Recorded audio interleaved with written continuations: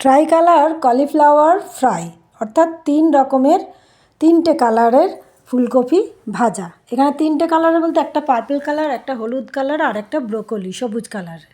3 রকমের ফুলকপি এনেছে, সেই জন্য কিছু কিছু নিয়ে ওটাকে ভাজা করব। পুরোগুলো নেবো না, পুরো নেব না, হাফ হাফ করে নিয়েছি।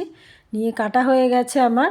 এবার জল গরম বসিয়ে দিয়েছি, ভালো করে ওটাকে ধুয়ে রেখেছিলাম, ফুলকপিগুলোকে ভালো করে ধুয়ে রেখেছিলাম। এবার জল গরম হয়ে যেতে জাস্ট একটু ভাপিয়ে নেব, সেদ্ধ করব না।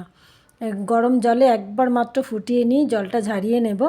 জল ঝরানো হয়ে গেলে তারপরে ওটাকে ভাজবো। দেখুন একটু হালকা হালকা কালার সবুজ সবুজ দেখা যাচ্ছে।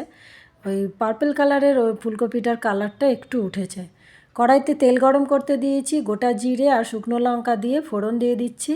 ফোড়ন দেওয়া হয়ে গেলে একটা কেটে রাখা পেঁয়াজ দিয়ে দিলাম, তারপরে 1 চামচ নুন দিয়ে দিলাম আর 2টো কাঁচা লঙ্কা ফাটিয়ে দিলাম। দিয়ে তেল পেঁয়াজ লাল হয়ে গেলে ফুলকপিটাকে ঢেলে দেবো, ভাপিয়ে রাখা ফুলকপিগুলোকে ঢেলে দিয়ে একটু সামান্য হলুদ দিয়ে দেবো শুধু, আর কিচ্ছু দেবো না। এইটাতেই ভাজা হবে। আর সামান্য জল দিয়ে ভালো করে এদিক ওদিক করে উল্টে পাল্টে নেড়ে আমি এবার চাপা দিয়ে দেবো। হাফ সিদ্ধ হয়েই গিয়েছিল, এরপর পুরোটা ভাজা হয়ে গেল। ধন্যবাদ সবাইকে, দারুণ টেস্টি হয়েছিল কিন্তু।